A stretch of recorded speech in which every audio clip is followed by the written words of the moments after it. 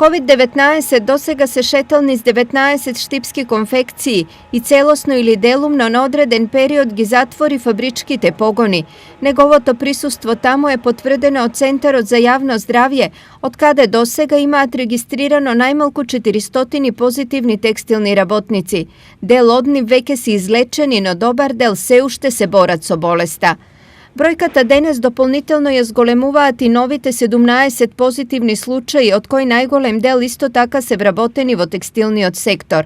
Vo momentov vo Štip ima 441 COVID aktiven slučaj, što opštinata je zacvrstuva na državni od epidemiološki vrv.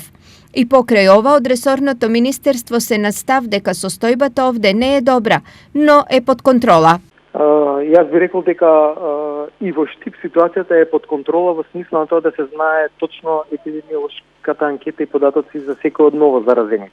Почна мини бран од повеќе текстилни фабрики и сега тука бројот на ново заразени спласнува, имајќи ги во предвид и мерките кои што ги имплементиравме. Прво да се затворат повеќе погони, понатаму голем број на луѓе кои што беа откриени како асимптоматски носители да бидат ставени во изолација. И сега има заболени по повеќе други институции, меѓутоа и нивните епидемиолошки податоци се познати. Во моментов намален е и притисокот во инфективното оделение, каде бројот на пациенти е 44. Има сосем доволен број на слободни болнички кревети, околу 60 на вкупно. Во текот на изминатите повеќе денови вкупниот број беше на хоспитализирани околу 56-57. Денеска и вчера се помалку, околу 45, значи и тој дел добро се менаџира.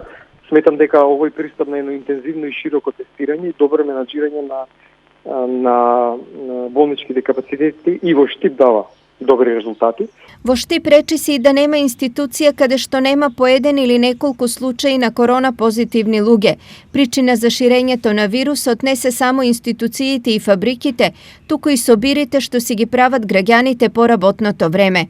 Голема свест нема никога во прашање е носењето на маски, а за последното денонокие по овој основ полицијата напиша 16 казни.